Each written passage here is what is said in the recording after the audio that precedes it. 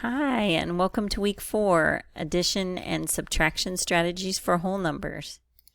So week 4, you've learned a lot so far. So let's look at what we're going to learn this week.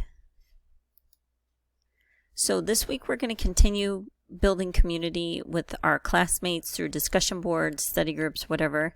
And we're also going to look at different types of addition and subtraction word problems, including join, separate, part, whole, and comparison.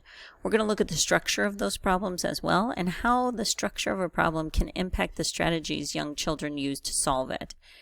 We're going to talk about those strategies for addition, like partial sums, number lines, counting on, modified add-ins, and we're going to look at algorithms for addition of whole numbers. We're also going to look at strategies for subtraction, including partial differences, number line or counting up, and compensation.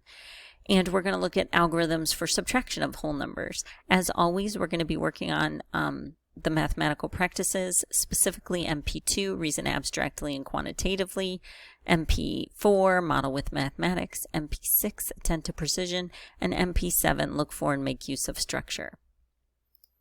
Before we get started, let's do a little warm-up of what was from last week. So you had so much information last week, but one of the things was converting from other bases to base 10. So number 1 says, convert the following 342 B5 to base 10. And then on number 2, you're going the other direction. So now you have a base 10 number of 78, and you're going to put it into base 5. So try those two problems, pause the video, and then check on the next slide. That'll be a good way for you to check in and see how you're doing. All right, how'd you do? Did you get them right? So 342 in B5 would be 97, and 78 in base 5 would be 303 B5. Hopefully you got those two right. You might need to make an appointment with me if you're still struggling with that. This is good practice for your midterm. All right, and some other little summaries from last week are the different aspects of the base 10 number system. So it is a positional or a place value system, so depending on where a digit is located changes its value. We also have powers of 10, so as we move to the left, our numbers get bigger. As we move to the right, our numbers get smaller. It's also sometimes called an additive system because we add into like 245, we add the 200 plus the 40 plus the 5. The face value of a digit is multiplied by its place value to give its overall value. So like the 4 and 45, we know it's 4 times 10 or 40. Sometimes we say that this is a multiplicative system because of this. And then the overall quantity is represented by multiplying the face value by the place value and then adding them all up. So you can see both the additive and the multiplicative properties there. And lastly, 0 is an important digit in our system because it represents something, a lack of quantity. It also is a placeholder in numbers. If you remember, some of the other number systems we looked at didn't have a symbol for 0, and so sometimes it was hard to tell what the number actually was. So having 0 in our base 10 system is very important. So I have a handout that goes along with this. If you click the blue link in our slides, you can have that paper ready so you could follow along.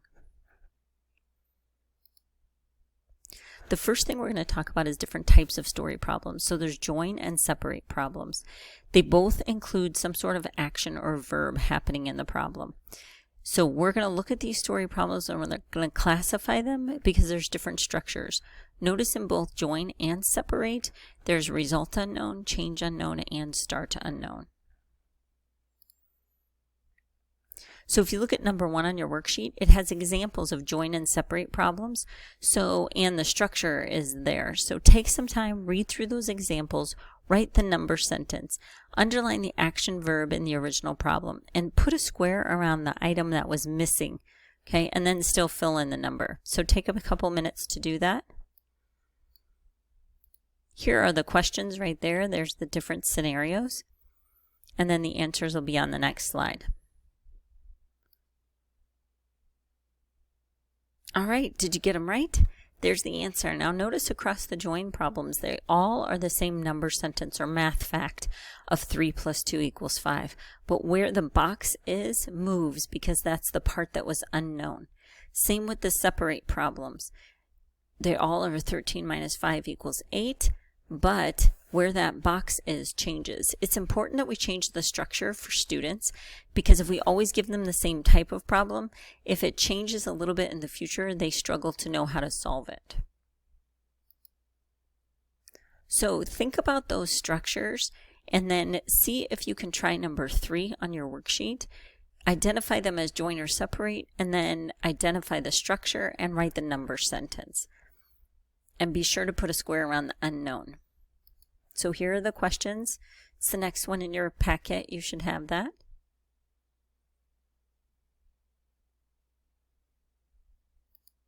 And then here are the answers. So did you get them all right? Were you right on join or separate? And then were you right on the structure of the problem? So notice where that square is. So when young children are solving story problems, sometimes they need to directly model the situation. So they might use manipulatives like linking cubes or base blocks, or they might use drawings. So why don't you take a minute, sketch how you think a first grader might use direct modeling to solve the problems below. Then write the number sentence. All right, so if you want to, you can watch these videos to see the strategies that actual kids use to solve these problems. And these weren't rehearsed or practiced, these were actual kids given these problems. So they're fun to watch. I would definitely take a minute and watch those. There are other types of problems besides join or separate. 2 other kinds of problems are the compare problems and the part-part-whole problems. So compare problems are just that. They involve a comparison between 2 quantities. Most of the time you're looking for a keyword of more or less. Part-part-whole problems don't include action verbs. The relationship stays static. So they might say, I have this many stickers. Part are this color, the other part are this color. How many red stickers do I have? Something like that. That's a part-part-whole problem. So read through these problems. I already have them categorized by type and then by structure, but try to write those number sentences for it. It says like Matt has 8 pens in his backpack. Sophia has 5 pens in her backpack. How many more pens does Matt have than Sophia? That's definitely a compare problem, and it's where the difference is unknown. So the number sentence or the math fact that you would write is 8 minus 5 equals, and then you would put your square because that's what you don't know. And then we would eventually figure out the answer and write in a 3. Compare that to the part-part-whole problems. If you look at the bottom, it says Jose has 8 red balloons and 7 blue balloons. How many balloons does he have? Do you notice it doesn't say some flew away or some balloons got popped or someone gave him balloons? It's just telling you a situation. So he has a whole group of balloons. Part are red, part are blue, and we're trying to figure out how many balloons he has. Okay? So finish those number sentences and then advance to the next part of the video and you'll see the answers. There they are. Did you get them right? Notice on some of these you might have written a subtraction problem or an addition problem. Since that middle one on the top says compare quantity unknown, that's why I have that 8 and that 5 there. Okay. So now you should be able to summarize the difference between join and part-part-whole and separate and compare problems. The biggest difference, the easiest way to identify is that action verb or lack of an action verb. Woo, this is a great time to take a break and make sure you know what's going on. We've gotten into a few minutes of the video, so it'd be a great time to take a break before you move on to some new material. All right, you should be done with your break and you should be ready to move on. So I want you to take a minute to think about it. So think about different strategies that you've used to get the answer for some basic fact problems, such as 7 plus 8 and 6 plus 9. Not an algorithm, but mental math. How do you do these problems? Record those strategies and then go to the next slide. All right, what were some of your thoughts? Did you do it any of the ways that I've recorded below? There are many strategies for mental math to get an answer. I listed some of the popular ones that young students use and that we teach. So we're going to investigate these strategies further. So for the 7 plus 8, some people did 7 plus 7 plus 1. So they broke down the 8 into 7 plus 1 and added the 7 and the 7 first. We would call that strategy doubles plus 1. Or we could do doubles minus 1, where we would change the 7 to an 8 and say 8 plus 8 minus 1. Sometimes we would use a make a 10 strategy. So we would break down the 8 into 3 plus 5. So we could do 7 plus 3, where we would get a 10, and then just have to add the 5 on. On the 6 plus 9, we could still use a make a 10 strategy. So first of all, they sometimes reverse the order, so they make it 9 plus 6 instead of 6 plus 9. And they go, oh, well, if it was 10 plus 6, I would know the answer, so I can just subtract 1 off of that. And then 9 plus 6, they might count up, so they might already know they have 9. And then they go 10, 11, 12, 13, 14, 15, and they go, oh, the answer's 6. That's called counting up. Sometimes you do see kids who are really good with doubles plus 1. They might do doubles plus 3. So they would break the 9 into 6 and 3, and then go 6 plus 6 plus 3. These are just some of the strategies. When you do this with students, you will have a lot of different strategies. I just listed some of the popular ones. If you had a different one, feel free to send it to me. So let's talk about some vocabulary. These are great midterm and final test questions. So when we look at an addition fact or a problem, we name the parts of a sentence. So 5 plus 8 equals 13. The 5 and 8 are considered addends. That's what they're called. So know that word and know how to spell it. The answer to an addition problem is called the sum, which you probably already knew that. But you might not have been familiar with the word addend. So it's important that we know that those two are named the same word. And that's going to come into play with some properties that we might think about. So when we word problems, we might say any of those phrases that are below. Okay? So kids have to get used to the different vocab that we use. Some of our models of addition, counting on, like we talked about before, and can you use a number line? So Margot had $14. She found $5 more in the parking lot. Lucky Margot, right? How many dollars does she have now? So you start with a larger number and count up from there, and you could use it on a number line as well. Kids use number lines a lot to first learn these facts. So here's a picture. By the way, this picture might look familiar to you if you purchased the book Math Power that I had on my bookshelf. A lot of these images come from this book. So if you purchased that book, it was a great buy, and it's also in English and Spanish. You didn't have to, but if you're looking for some more examples of these strategies, you can have them here. So we notice we start on 14, and then we count on 5 more. So there's 5 more hops till we get to 19, and then we could write our math fact or our number sentence. And our math fact in this case is 14 plus 5 equals 19. We could also use that make a 10 strategy that I talked about before, and here's a little example of how you can do it. And the 10 frame is on the right hand side that we've talked about before, how you can make a 10. So we decompose or we break apart numbers. So notice that notation there. That's also from that book. So this is Children's Learning Paths to Single Digit Addition. First thing they do is direct modeling, so they'll count all of them. Often they use snap cubes or base 10 blocks for this. Level 2 is when they start counting on. So when they do a problem, they go, oh, if it's 5 plus 4, I don't need to count the first 5. I already know I have those, and I can just go 6, 7, 8, 9. And then the level 3, is derived math facts. That's when they really start using those strategies that we were talking about. Make a 10, doubles plus or minus 1, those kinds of things. Number talks. If you watched the video in the overview presentation, number talks are really cool. There's a book about them, and lots of schools, especially here in the Valley, use them. So this is a teacher's recording of a number talk. So Scott, Martin, and Melissa all computed the sum 9 plus 8 plus 4 plus 2 during a number talk. Now, they're short instructional routines where students solve a problem mentally, so they don't have pen and paper. Then they discuss the different strategies they used, and the teacher writes down the students' thinking. So this is the teacher's recording. So look through Scott's and Martin's and Melissa's and see if you can figure out how they did that and explain those strategies. So pause the video before you move on.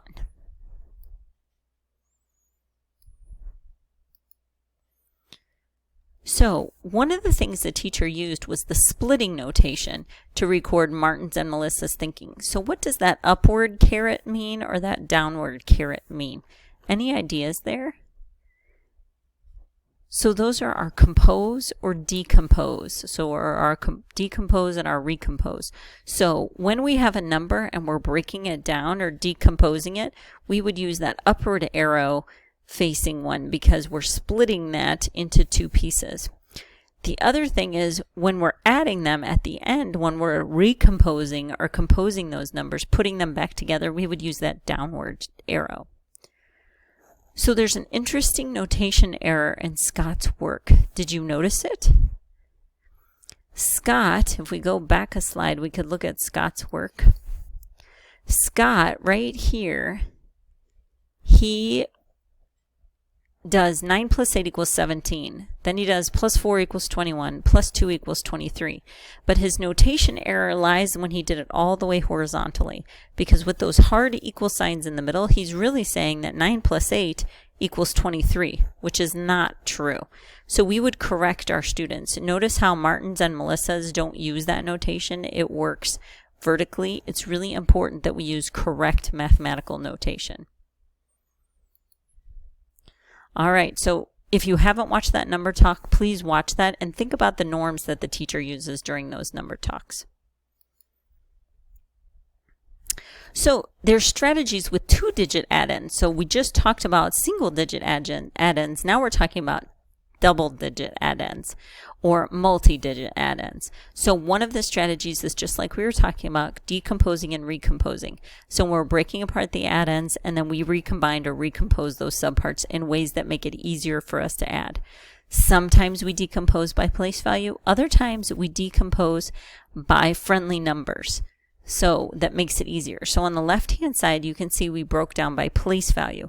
So we broke the 47 into 40 plus 7, and then the 19 into 10 plus 9. And then notice we recomposed or composed the 40 and 10 into 50, and the 7 and 9 into 16, and then we added the 50 plus 16 and got 66. That's easier for a student to do than 47 plus 19. Especially remember, they're doing it mentally. They're not writing it down. Then decompose, recompose to make friendly numbers. Notice they only broke down the 47 into 46 plus 1, and then they changed that grouping. So they added 1 plus 19 to get 20, so then they could easily add 46 plus 20 to get 66. Remember, these are mental math strategies. Now you try it. How would you use decompose, recompose by place value to do 29 plus 58, and use that splitting notation. Try to record it. And then you're going to do 29 plus 58 in two different ways with making a friendly number. So try that, pause the video, and then move on. All right, so here's some examples of how you do the decompose by place value, and one of the ways that you could do decompose by make a friendly number. You didn't have to do it this way, but these are just some options.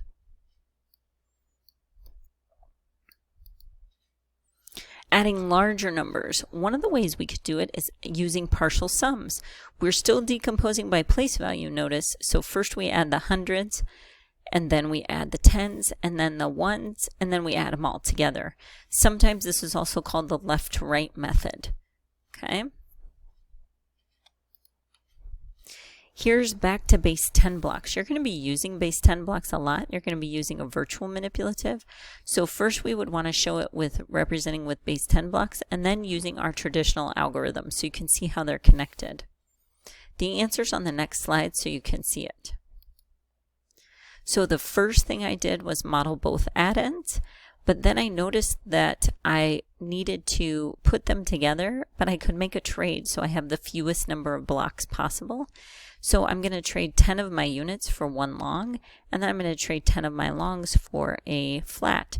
So I end up with 2 flats, 3 longs, and 4 units. So those are my base 10 blocks with the steps labeled right next to it, which you have to do for your homework for both addition and subtraction. And then over here is my algorithm, and you can kind of see what's happening. I have both my addends here, and then I add my 6 and my 8 together, but that's when I end up with so many units, so I have to regroup to a long. And then when I add all my longs together, I have to regroup again to a flat. So the representation with blocks and the algorithm are connected, and it's a good way for students to transition to the algorithm. Here's some addition algorithms as well. I just showed you again with the traditional and with the base 10 blocks. This is drawing them out by hand instead of using the virtual manipulative. Notice that I have several figures with the drawings. Notice also I'm using that same notation I did last week with numeration systems. I would use a square if there was a flat. I use just a straight line for a long, and I use a dot or an X for my units. So it's much easier to follow when you'd use those shortcut notations. Here's another way to do it in words, which isn't as popular as much anymore, but it used to be. And then on the right-hand side is partial sums, which we've talked about. Here's our left to right. Remember, we also called it partial sums. How would you do these problems to make them easier mentally? So a lot of us are just used to picking up our calculator or just writing these down vertically and adding them up the long way. But if you look at these, there you can use some shortcuts to make it faster. So try those, and then you'll see how I did it on the next slide.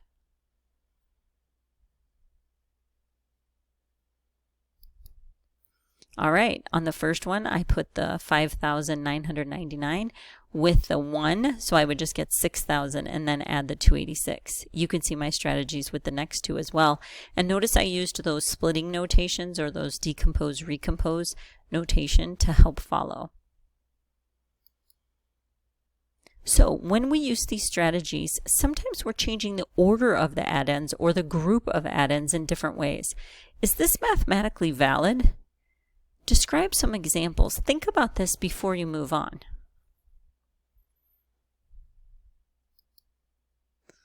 All right, so the commutative property. The commutative property of addition says that order doesn't matter. When we're adding numbers, we'll still get the same answer. Go all the way back to the beginning of the slideshow when we talked about those things being added together are called the same thing, addends. So it doesn't matter which order that I put them in.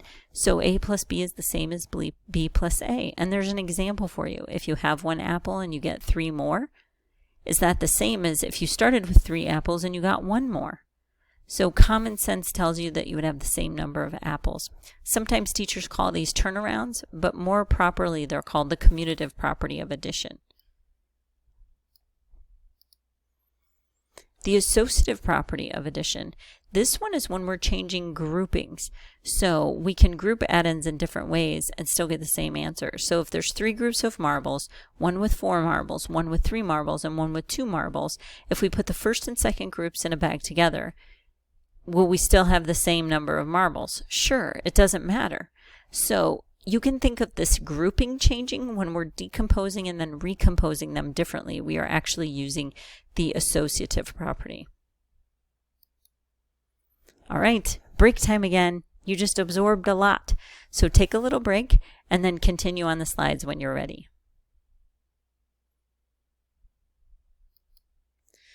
All right, moving on to subtraction. So when you're doing subtraction, I want you to look at these word problems below. These are student strategies and the number lines that the teacher drew to represent their thinking. Name each type of problem, including the structure and the classification system we used at the very beginning of this when we were classifying addition and subtraction story problems. So we're back to separate and compare. So again, we wrote the math fact or the math number sentence, and we put a box around what was missing. So in the first one, I wrote 13 minus 5 equals 8. That's a separate problem, and the result is unknown. Notice how the teacher did it on the number line. Started at 13 and counted down, and that's what the student described. They did it on their fingers. They counted down from 13. They went 12, 11, 10, 9, 8, and they got their answer. So on the second problem, it was a compare and a compare quantity unknown. And they counted up to solve that problem. Okay? So subtraction is different than addition. We've been talking about it as a separate problem, but sometimes we use words like takeaway with our students. So, and takeaway is that action verb that was happening right before in our separate problems. Why is it important for us to know these different ways to think about subtraction? How does this help students? Well, it helps them because in real life, they have different types of problems, different structures, and it may help them solve them. We did this with addition. We're going to do it again with subtraction. So vocabulary in a math fact or a subtraction math sentence. So in this case, we have 9 minus 4 equals 5. Notice that the 9, or the first number in the subtraction problem, is called the minuend, and the second number in the subtraction problem is called the subtrahend. So you might not have realized that those things are named that. Believe it or not, now in elementary school, teachers use these vocabs, but also students use them. I was in a second grade classroom, and the student was describing their method of solving a problem using these vocabulary words of minuend and subtrahend. Amazing. And then the answer after a subtraction problem is called the difference. We could use any of those sayings. Now I want you to think about the importance of those being named differently. Is there a commutative property for subtraction? Am I allowed to change order of my subtraction problem and still get the same answer? I can't. Okay, if I change the order and make it 4 minus 9, I'm going to get a different answer. I'm not going to get a positive 5. So that's why knowing that those two things are called something different helps you remember that there's no commutative property for subtraction. Just so you know, that's a great midterm or final exam question where you have to name the parts and you do have to spell them correctly. So those are vocabulary words you should practice. What do you think's happening in this problem? A student's trying to do the problem 31 minus 17. So they're using a number line. First they subtract 1, then they subtract 10, then they subtract 5. So they're using that same strategy of decomposing. This time they're decomposing that minuend. They know they have to subtract 17, but first they subtracted 1 to make it easier, right? Friendly numbers. Then they subtracted 10, and then they subtracted 5. Hopefully they're not done, because right now they're only at 16 and they have to do one more. So here's an example of a takeaway problem where kids might even use concrete objects. So there's 24 children on a swim team, 19 of them are boys. How many are girls on the swim team? And they could remove objects. So here's an example. They could use base 10 blocks. Look at that. So they want to take away 19. So how are they going to do that? They're going to have to decompose one of the longs into 10 units. And then they're able to take them away and they can see how many they have left. Sometimes we refer to them as missing add-in problems. So Owen has 7 keys, Olivia has 3 keys. How many more keys does Owen have? So if we relate subtraction problems to addition problems, this practices algebraic thinking. That missing square, that's our variable. We could do it on a number line. George has $9. He spent $7 on lunch. How many dollars does George have now? This is very much a concrete level, right? So whether they're using blocks or a number line, it's very concrete. Here's a nice one. This is counting up. They're doing 63 minus 49. So instead of starting at 63 and counting down, they started at the 49 and they're counting up. So they want to know the distance between them. That's what a subtraction problem is. So notice they made it easy for them to do. They just added 1 and then they added 13 to get to 63 and their answer is right there at the top. 1 plus 13 is 14. So that's the answer to their math fact. 63 minus 49 equals 14. They could do a comparison. When we compare, we model both numbers. And so in this case, Juan has 8 blocks, Susan has 3 blocks. How many more blocks does Juan have than Susan? If they line up the blocks, they can cross out the ones they have in common and they can circle the difference. That's how they can tell what is the difference. So here's a subtraction for you, problem for you. See if you can figure out if it's a comparison or a takeaway. And then see if you can describe what's being taken away from the whole or what's being compared. So Isabella jogged 8 miles on Monday and 14 miles on Tuesday. How much more did she jog on Tuesday? Is it a takeaway or a comparison?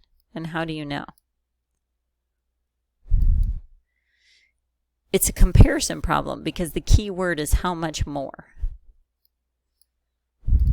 Here's another one. Alfino had 23 marbles and lost 9 in a contest. How many marbles does he have left? There's an action verb there. He lost it, so it must be a takeaway problem. If you were still looking at the first part of this lesson, it would be the separate, right? Takeaway or separate. Here's another one. Janet spent $18 on coffee and Terry spent $11. How much more did Janet spend? Again, it's a comparison because the key word is more. Now, if we were in class, after we've done so much of this, we take a brain break. And there's a book called Brain Breaks, and I'll make sure I put it on the shelf in the virtual classroom. But this is what we would do in a face-to-face class. And right now in these crazy times, this is when you could do in a class because nobody has to touch anybody. So you form 2 lines. A through L's are unicorns. M through Z are rainbows. The unicorns close their eyes, and the rainbows strike a pose. Then the unicorns open their eyes and they have 5 seconds to try to memorize the rainbow's pose to recreate it. Then unicorns close their eyes, rainbows turn back to neutral, so not posed anymore. The unicorns open their eyes and they try to recreate the rainbow's pose perfectly. And then the rainbows give feedback. So then the roles are reversed. This is super fun in a classroom. So try these brain breaks and hopefully you were a unicorn or a rainbow and you were striking a pose. All right, subtraction algorithms. We're going to use base 10 blocks to do 302 minus 184, find the difference. And we're going to do it visually. So here's a step-by-step for you. So you have 302 modeled here. You have 184 modeled here. And that's the number you're taking away. So if you notice, it says you're going to have to ungroup a flat so you can have some longs, and then you're going to have to ungroup some rods to get some units. Okay. Then notice there's another picture and it tells you what you have to do, and then another picture telling you what you have to do and how to get rid of them. And then after you've taken away everything, then you can see your answer. You're left with 118. This is a great model for you for your home subtraction blocks assignment. So if you're struggling with this assignment, this is how you screenshot and you have your notes by each step. Subtraction algorithms, how else can we do it? If we were drawing it by hand, this is how we would do it. Remember again, we're using just lines for longs and X's for units, and I have the steps written there on each one. We can do left to right with subtraction, just like we did with addition. This is an interesting one. Notice we did 30 minus 10 and got 20, but then we did 5 minus 7 and got negative 2, so 20 minus 2 is 18. I had a student in 2nd grade do this even before I had ever even thought a kid would know negative numbers, but he did. So no need for me to correct him. No need for me to switch him to a traditional algorithm where he's crossing things out, because this makes sense to him and it's mathematically sound and he's doing it correctly. Here's equal add-ins. This is a great method. So it's sometimes called compensation. So if we add the same number to both to our minuend and our subtrahend, we make the problem easier. It's much easier to subtract 38 minus 20 and get 18 than it is to do 35 minus 17. This is sometimes called constant difference. If you think about it, If numbers are this far apart on a number line, the difference is what's between them. If I add the same number to both of them, they're still the same distance apart, so it's called constant difference. Here's a nice one. 703 minus 187 will be much nicer if that bottom number was 200. So I can just add 13 to the minuend and the subtrahend. So now I'm doing the problem 716 minus 200, and I get 516. Much, much easier. Constant difference. Here's another way to think about it, because some people struggle with this. So it involves age.